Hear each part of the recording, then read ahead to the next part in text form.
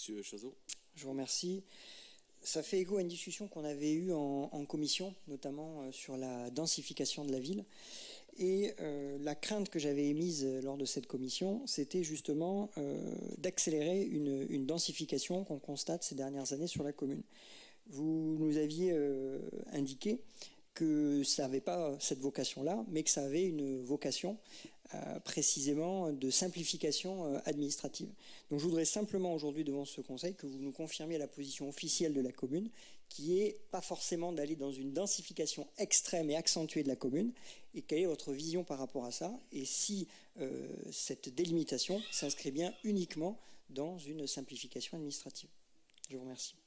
Cette délimitation, à mon sens, complique davantage les velléités qui seraient celles de densifier à outrance, puisqu'elle va s'accompagner d'un registre de préconisation ou d'interdiction ou de respect de certaines règles d'urbanisme qui vont s'ajouter au PLU existant. Donc c'est une manière, j'allais dire, plus de protéger le centre-ville, que d'aller vers une aggravation d'une densité qui ne serait pas souhaitable. Alors c'est exact, mais vous voyez à l'écran ce qui est présenté et les documents annexes. C'est vrai pour la zone, ce qu'on appellera l'hypercentre, mais l'ancienne zone, c'était le périmètre en cercle qu'on voit actuellement à l'écran, va sortir de cette zone. Donc oui, ça va renforcer l'hypercentre, mais ça va libérer l'entre-deux qui est entre le cercle et l'hypercentre qui aujourd'hui est dans cette nouvelle délimitation. Donc ma crainte, elle est sur la bordure non négligeable qui est libérée sur la densification.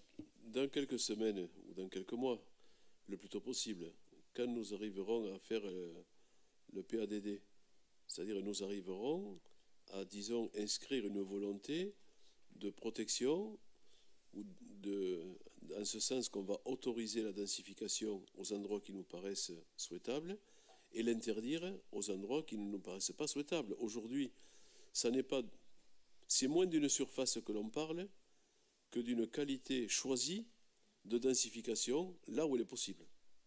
Voilà. J'allais dire, on rentre un petit peu dans une forme d'intelligence collective en disant, là j'ai de la place, je peux mettre un autocar, là j'ai pas de place, je mets ma petite Fiat 500. Mais ce qu'il ne faut surtout pas faire, et j'y souscris, c'est de trop densifier le cœur de ville, et le périmètre protection rapprochée avec les ABF rendra plus prescriptif cette défiguration possible du paysage patrimonial auquel nous tenons tous. Elle va le renforcer. Elle va peut-être effectivement moins concerner l'interland entre le violet et le cercle, mais où les éléments patrimoniaux de référence sont assez peu nombreux. Pour autant, nous apporterons toute notre vigilance pour ne pas que la densification s'opère là où on ne le veut pas. Oh, c'est juste un mot en disant simplement qu'il y a parfois une certaine distance ou une distance certaine entre le discours et la réalité. Après, je suppose que c'est un système politique. Personnellement, c'est pas ma manière. Le CAUE, il était disposé à venir travailler. Il est gratuit, je le répète.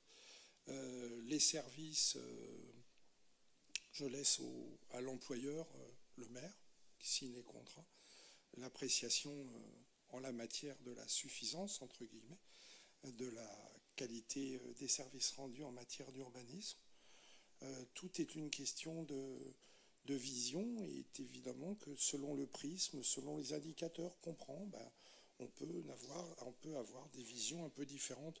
Moi, je vais simplement au résultat. Je regarde comment évoluent certaines artères de Moguio, je regarde comment évolue aussi Lafond, et puis je pense que c'est l'histoire avec un petit H qui donnera la suite des choses. Très bien. Bon, je vous demande de voter cette délibération. Qui est contre ?